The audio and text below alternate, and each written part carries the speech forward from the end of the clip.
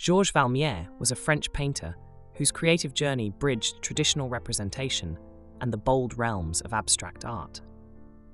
Though often overlooked in broader art history, Valmier's work was integral to the development of early modernism and the flourishing of Cubism and abstraction. Born in Angoulême, France, on April 11, 1885, Valmier showed artistic talent early in life. His family, though not particularly affluent, supported his interests, allowing him to pursue his passion for art. In his late teens, he moved to Paris, the epicenter of cultural and artistic innovation at the time, to study at the École de Beaux-Arts. While enrolled, Valmier received a formal education rooted in classical techniques, but he was also exposed to the avant-garde movements sweeping through Europe. Paris, at the turn of the 20th century, was a dynamic and fertile ground for budding artists. The city buzzed with the energy of post-Impressionism, Fauvism, and the emerging Cubist movement. Valmier, still in his formative years, absorbed these influences like a sponge, even as he developed his own style. Valmier's profound love for music significantly shaped his artistic vision.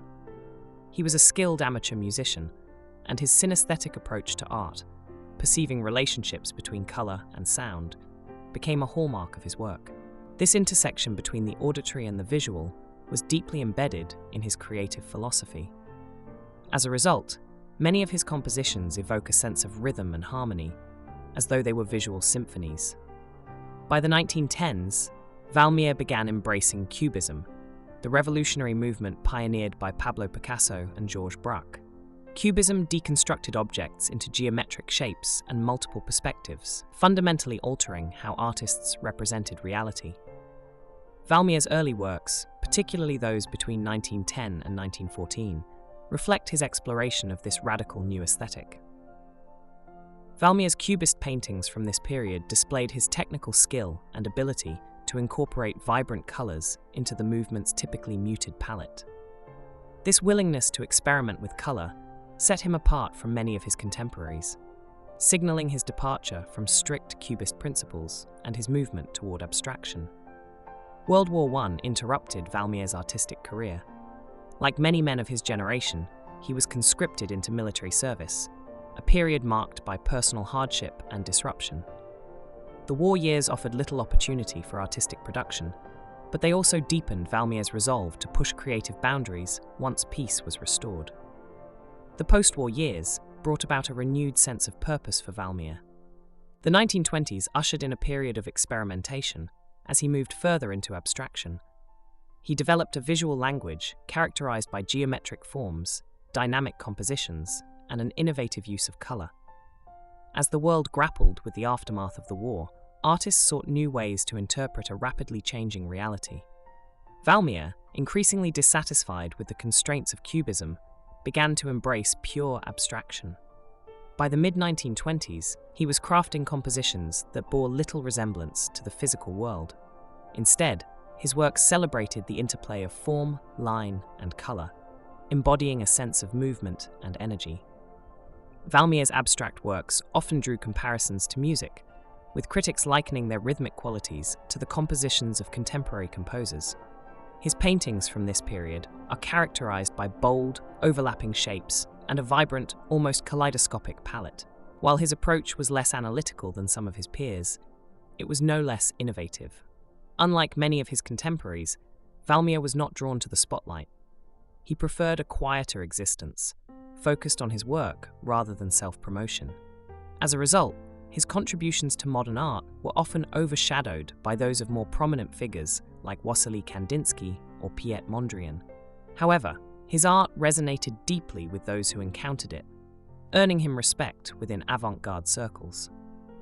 Valmier also applied his artistic vision to other fields, including theatre design and textiles.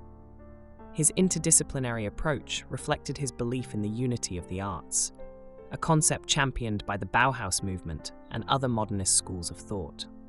By the late 1920s, Georges Valmier had established himself as a distinctive voice in the world of abstraction. His works were included in prominent exhibitions alongside other leading modernists, affirming his place within the artistic vanguard.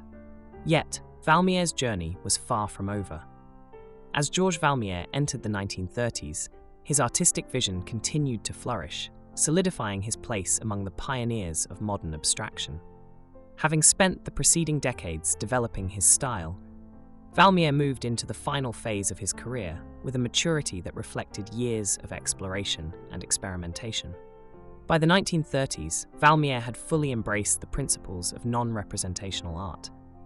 His later works exemplify a mastery of form, line, and color, pushing abstraction into bold and vibrant territory. While earlier modernists like Wassily Kandinsky had paved the way for purely abstract compositions, Valmier carved out his own unique niche, characterized by dynamic, harmonious arrangements that often appeared to dance across the canvas. His art during this period is marked by a remarkable precision and balance, as geometric shapes, arcs, circles, triangles, and rectangles, intersected and overlapped in kaleidoscopic patterns. His use of color, already a defining feature of his work, became even more vibrant, with hues ranging from deep blues and fiery reds to radiant yellows and rich purples. Each painting seemed to pulsate with energy, as if capturing the rhythm of life itself. Critics and art historians often remarked on the musicality of Valmier's work. His compositions were frequently described as visual symphonies, where each element, color, shape, and line, played a role akin to instruments in an orchestra. This ability to evoke sound and motion through purely visual means cemented Valmier's reputation as an innovator.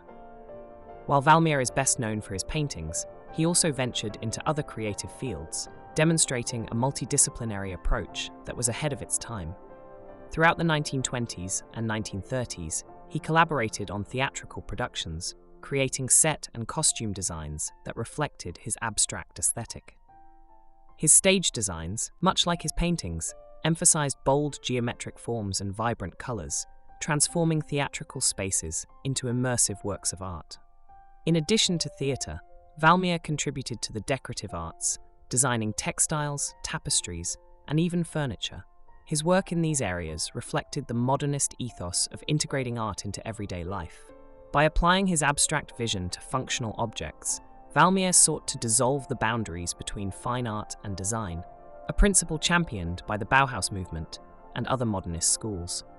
One notable project from this period was his collaboration with art dealer Léonce Rosenberg, who commissioned Valmier to create designs for tapestries. These works translated the intricate geometry and bold color schemes of his paintings into textiles, further demonstrating his versatility as an artist. Despite his innovative contributions, Valmier never achieved widespread fame during his lifetime. His quiet demeanor and preference for working outside the limelight meant that his art often went unnoticed by the broader public. Nevertheless, he earned the admiration of his peers and was included in several prominent exhibitions.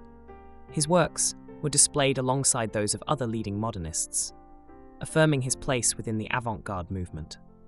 However, Valmier faced significant challenges as he sought to sustain his career. The economic instability of the 1930s, brought on by the Great Depression, made it difficult for artists to find patrons or sell their work. Many of his contemporaries faced similar struggles as the art market contracted in the face of global financial turmoil. In the mid-1930s, Valmier was diagnosed with liver cancer, a devastating blow that curtailed his creative output.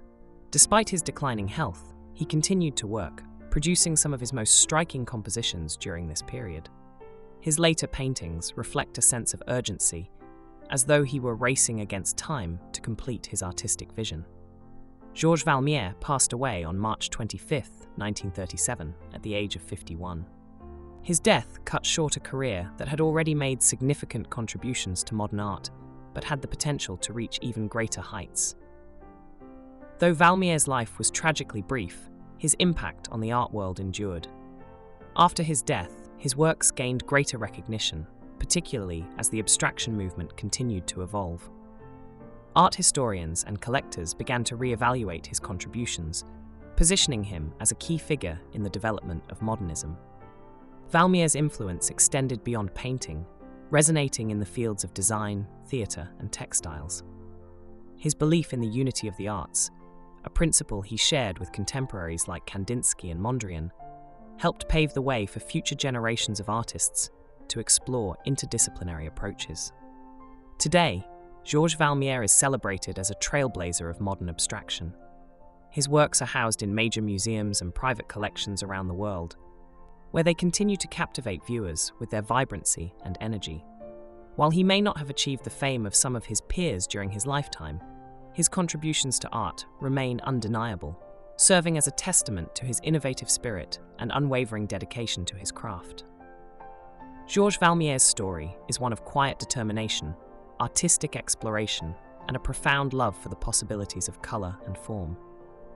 Though his career was cut short, his legacy endures, inspiring new generations to embrace the bold and the abstract in their creative pursuits.